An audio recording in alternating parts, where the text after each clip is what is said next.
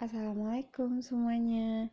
Yuk ikuti kita belajar memahami tentang sejarah PKN atau yang disebut dengan Citizenship Education.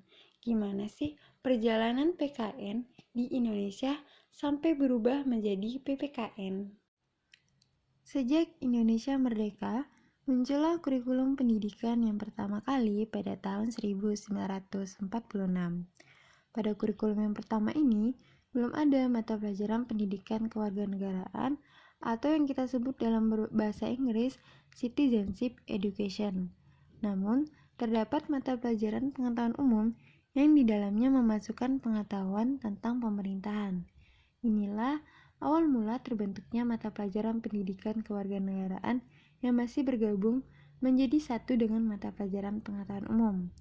Pada tahun 1957, kurikulum berkembang dengan adanya mata pelajaran tata negara dan tata hukum yang khususnya membahas mengenai status legal warga negara dan syarat-syarat kewarganegaraan.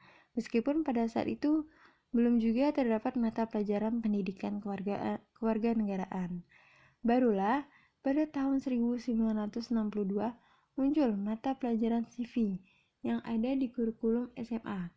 Mata pelajaran ini berisikan tentang pemerintahan Indonesia berdasarkan Undang-Undang Dasar tahun 1945. Pada hakikatnya, CV berisikan pengalaman belajar yang digali dan dipilih dari disiplin ilmu-ilmu sosial, seperti sejarah, geografi, ekonomi, politik, pidato-pidato presiden, deklarasi hak asasi manusia, dan pengetahuan tentang Perserikatan Bangsa-Bangsa atau PBB. Namun pada tahun 1968, di dalam kurikulum terdapat istilah CV dan pendidikan kewargaan negara yang digunakan secara bertukar-tukar. Karena kurikulum SD 1968 menggunakan istilah pendidikan kewargaan negara yang mencakup sejarah Indonesia, geografi Indonesia, dan CV, pengetahuan kewargaan negara. Sedangkan kurikulum SMP 1968, istilah pendidikan kewargaan negara hanya berisikan sejarah Indonesia dan konstitusi termasuk UUD 1945. Namun, pada kurikulum SMA 1968, mata pelajaran kewargaan negara hanya membahas tentang UUD 1945. Setahun kemudian, terdapat kurikulum SPG 1969.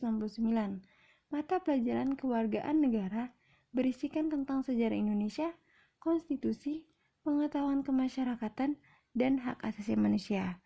Sedangkan pada kurikulum proyek perintis sekolah pembangunan atau PPSP digunakan beberapa istilah seperti pendidikan kewargaan negara, studi sosial, CV, dan hukum. Pada 1975, kurikulum pendidikan muncul dengan mata pelajaran pendidikan moral Pancasila atau PMP.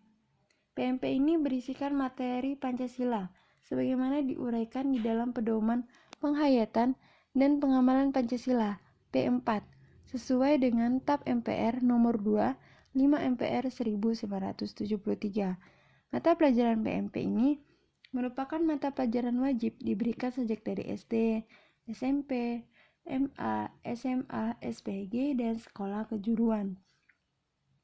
Mata pelajaran PMP ini terus dipertahankan dan disempurnakan di dalam kurikulum 1984. Sehingga pada tahun 1994 muncul mata pelajaran baru, yaitu pendidikan Pancasila dan kewarganegaraan atau yang biasa kita sebut dengan PPKN.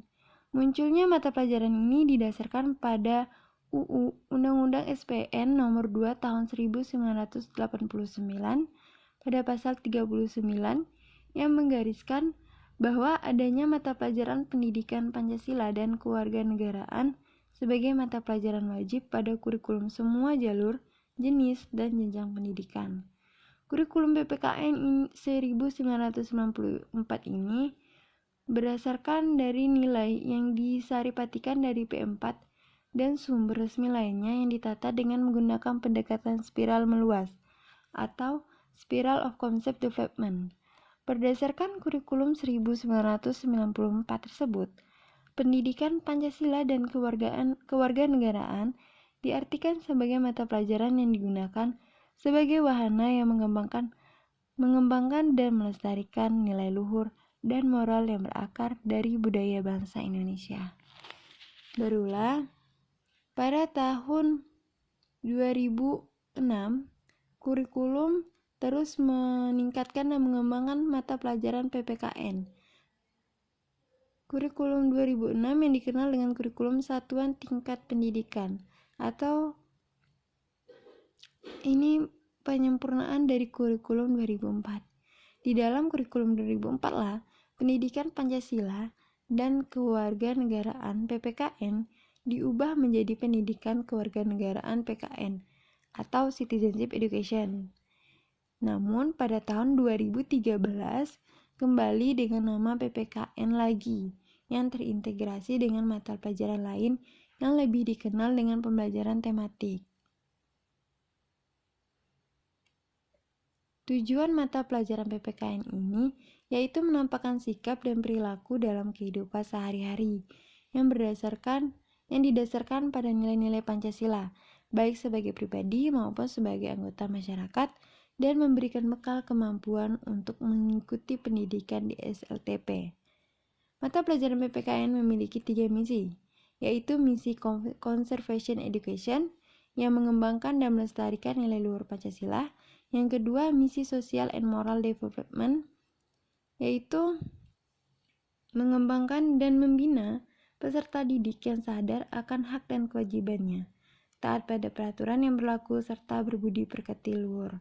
Dan yang terakhir adalah misi Socio Civic Development, yakni membina peserta didik agar memahami dan menyadari hubungan antar sesama anggota keluarga, sekolah, masyarakat, serta dalam kehidupan berbangsa dan bernegara. Ketiga misi tersebut menunjukkan bahwa mata pelajaran ini, PPKN, lebih mencerminkan tradisi transmisi kewarganegaraan atau citizenship transmission yang didasarkan pada filsafat pendidikan perennialism dan filsafat essentialism.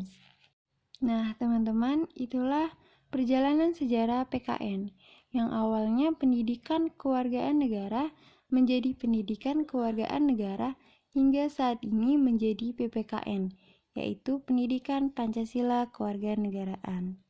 Oke teman-teman, sampai jumpa di video berikutnya.